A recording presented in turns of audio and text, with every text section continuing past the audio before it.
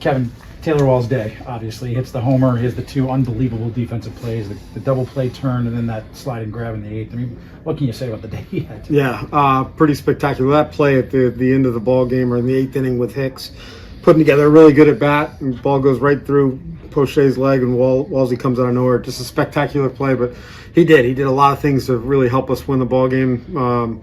That play, the double play that for McClanahan to get that on the ground right there, ended a big threat, and then the home run, he had to feel good about it. Shane pitched out of trouble a lot. He had first and third no out, first and second one out, first and second no outs. How impressed were you that he was able to battle through all that today? Very impressive. It felt what you just said. It felt like there was a ton of traffic inning to inning, but he stayed at it.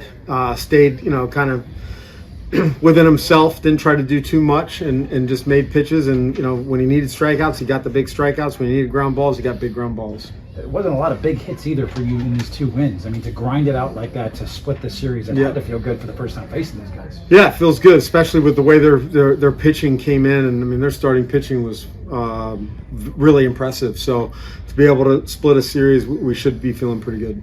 Gotta feel good for Walls after a day like that, just given the way things have been going for him. Yeah, he's been grinding through it a little bit, struggling a little bit. That's going to happen certainly for young guys.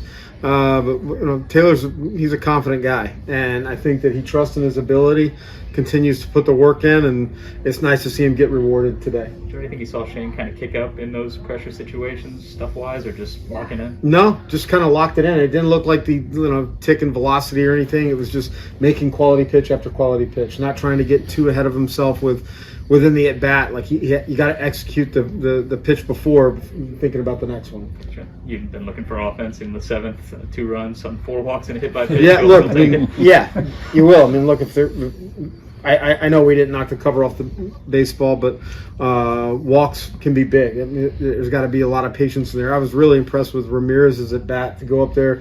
You're in there to do a job, get a big hit, or drive a ball into the outfield. But he didn't help off their pitcher and ended up drawing a walk.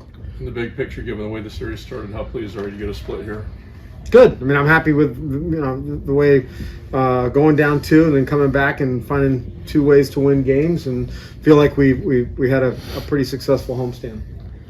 Fire Res in there too to close out that game. It's the first save in over a year and came against these guys. I mean, how is it each and every time he goes out? He just seems so dominant. Well, he's in a really good spot. I mean, you can see the way the movement on the pitches was changeup or the breaking ball fading away or fastball right through the zone. He's got 3 pitches that are, probably pitching or at an all-time high for him right now. Mike Zunino was talking earlier about Shane just has a good maturity for someone his age.